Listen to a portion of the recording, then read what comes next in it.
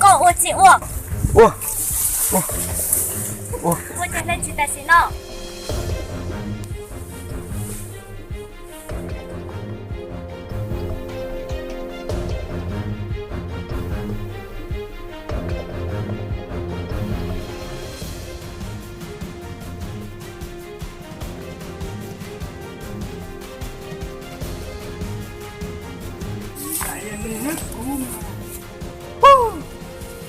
biết rằng có nó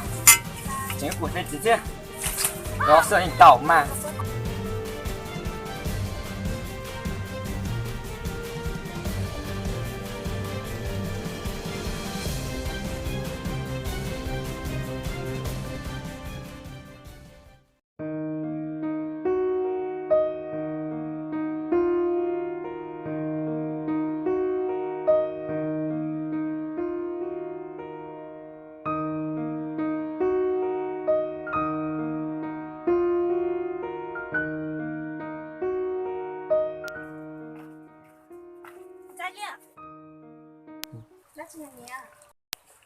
Chạy, bây giờ nóng cái này, ít giờ cho nóng chỉ rau nát, một chỉ bỏ rau có thả của tuần菜了。只配到你家呢，那就弄了呢，配不烫，半小时钟了啦呢。chạy liền, bây giờ chỉ bỏ rau có thả trên một chén đá nào nữa. Dê mua, mua nhiều chén là mà, có chỉ mua bao chén nào đó đó. Minh Thái mua chén.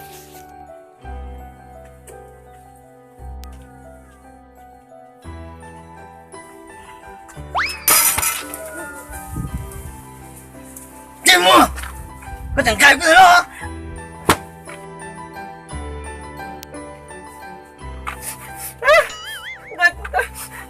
cái này em mới tới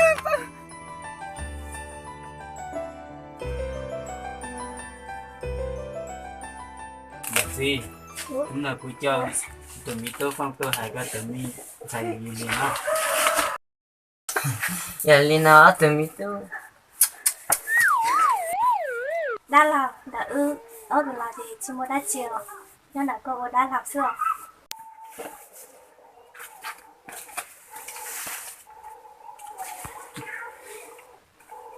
à chị lên sắm mà Dạ.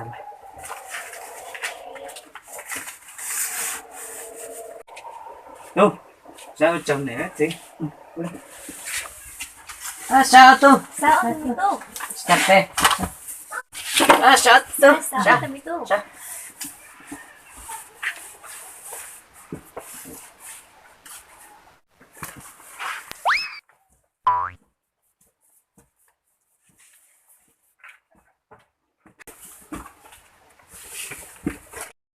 dạ gì giờ liền ra liền ấy thôi lột đây mình chơi à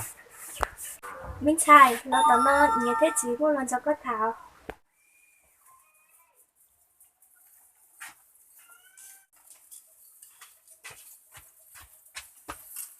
Nhớ chị, nên một cô nào nên nó chị.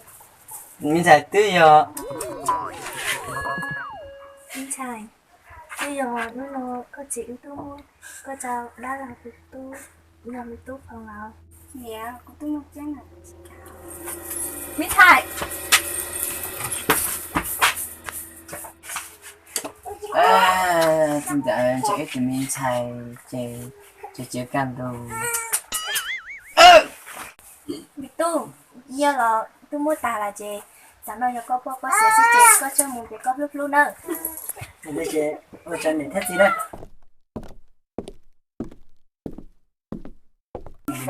nhon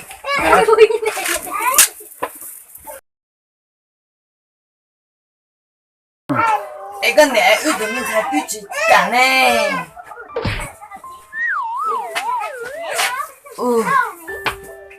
nó ôi lâu lâu nó mềm môi để da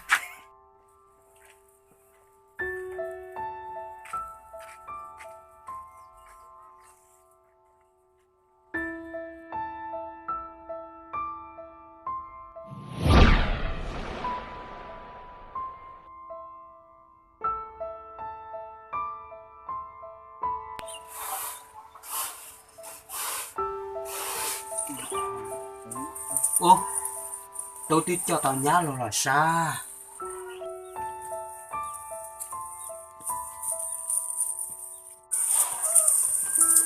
ô đây biết lò là lò nha lò chết mà ô tôi này lò là lo gì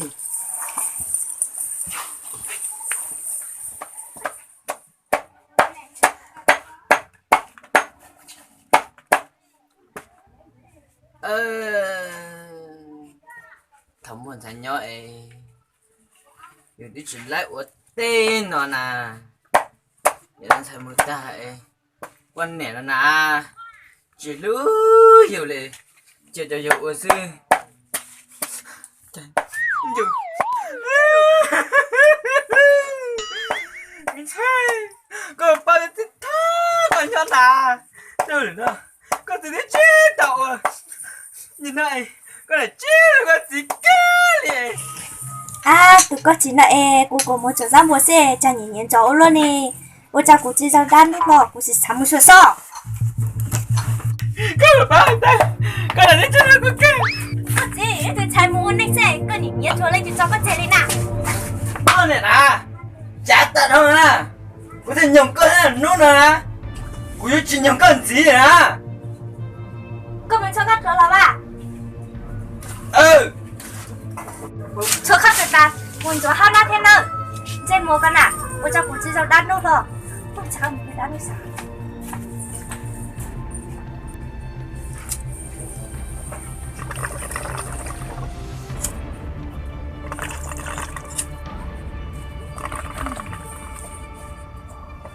gì tôi còn lò là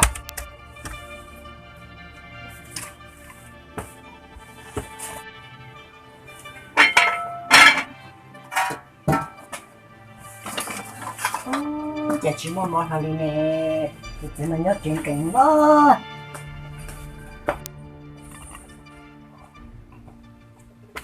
gì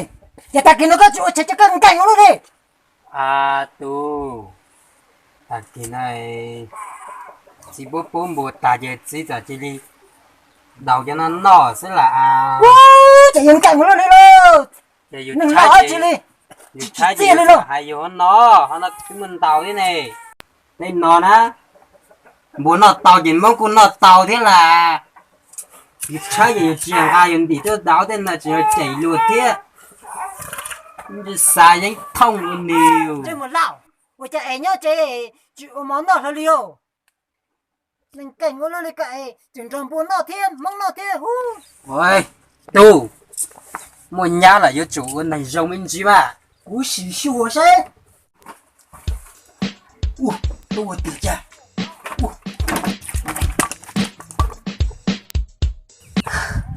là nhớ mình chỉ mà cú ôn đi bỏ kiên ra đâu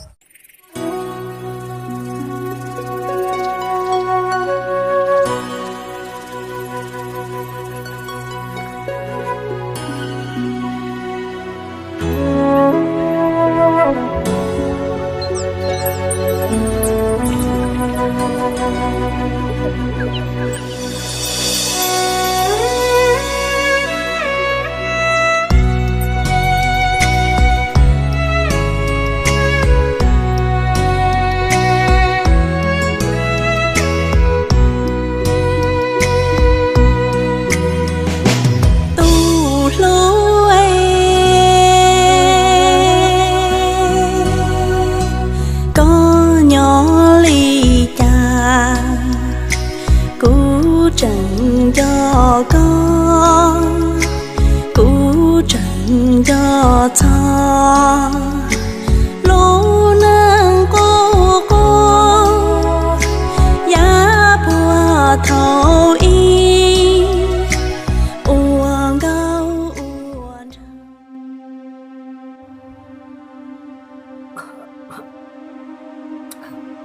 Trần Liệt, con cho cũng nói gì lại thì lo. Con gì? Chủ cái nào con gì? Con kia đánh chỉ con này cũng đi xuống kia. tránh con đầu cũng mót lọc ta ui chuột tao nhánh thao chớ ai ở bổ xuống nè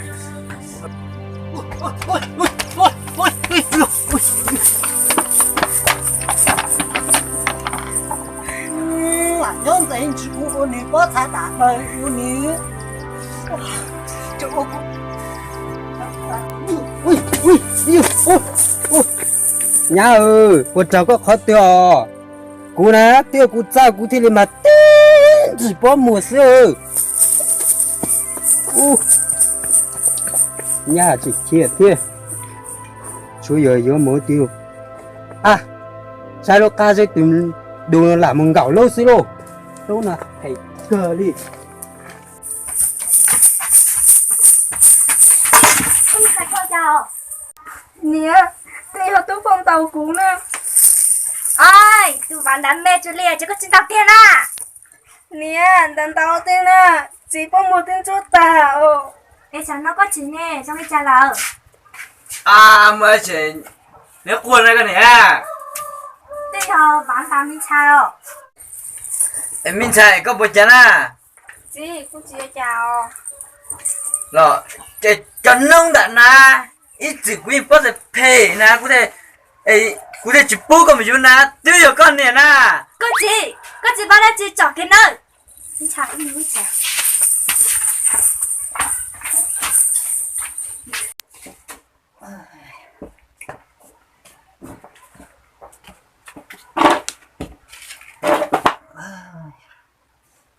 một con này thì chỉ là trồng khí ta là thì tên mình chỉ cái cảnh của nó thì chơi đây là hai tiền buồn nó tao mình nó tao thì mình chơi nó là có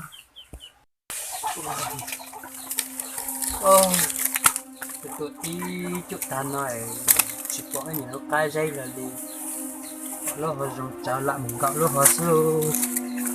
cháo ta sẽ tốt thế thì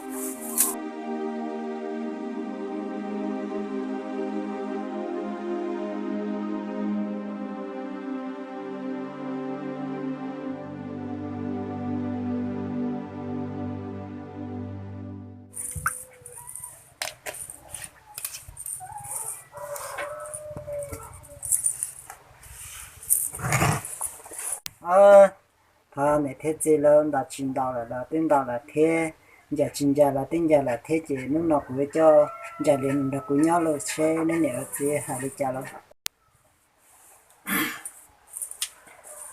à tu nhớ chịu rồi cái tiêu lại ta nhà tôi cho mà cô mà cô yên của chúng này nữa à thì tôi cũng chỉ học kiền nữa nè thôi mà Nè thiết gì, sẽ đi chào. Cô yên xin là túi phòng một lần như là thì cho khỏi tiền. Có chỉ tôi nén nuôi xin đào si cha, si trẻ. Thì đi đi chào là cô yên xin là túi phòng một lần. Vào, có còn là lo. tu có thể bỏ lo như thế mình thấy cái điều này chuyện cho có trọc can nữa có thắc từ xưa tu chỉ thế này giờ tiền giờ lấy chi cả là tiền giờ lấy nhá giờ lấy trong xe cho giờ lấy mà họ là chỉ cũng mua lại nữa nhớ cho mà vào cũng mua vậy thì một con tu nó vào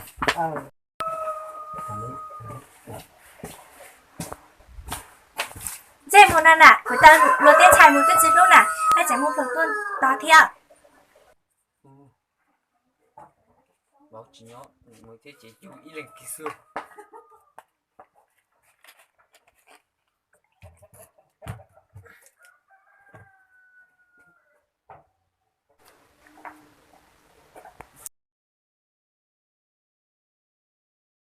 Cháu phải cháu luôn, nghĩ tao muốn cháu giống rồi sư tư, muốn cháu cháu lại ta lên nó theo. Có gì sao một vừa?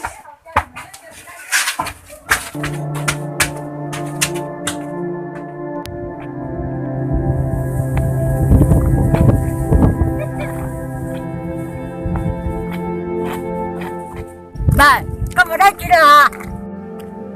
ta tự nhiên có tiền đâu chị ơi tiền mà không mất tên chị à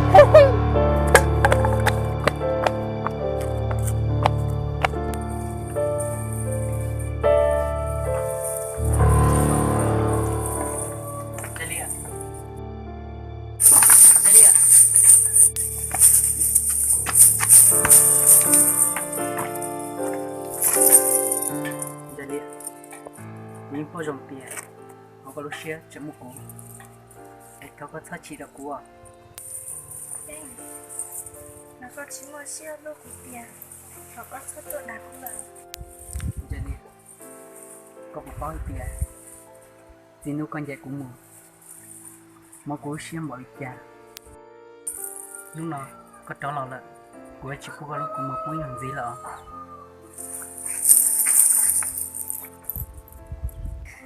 Chanh, con thật sự giá tài lo chưa nhau cũng nhẹ hết cuộc chi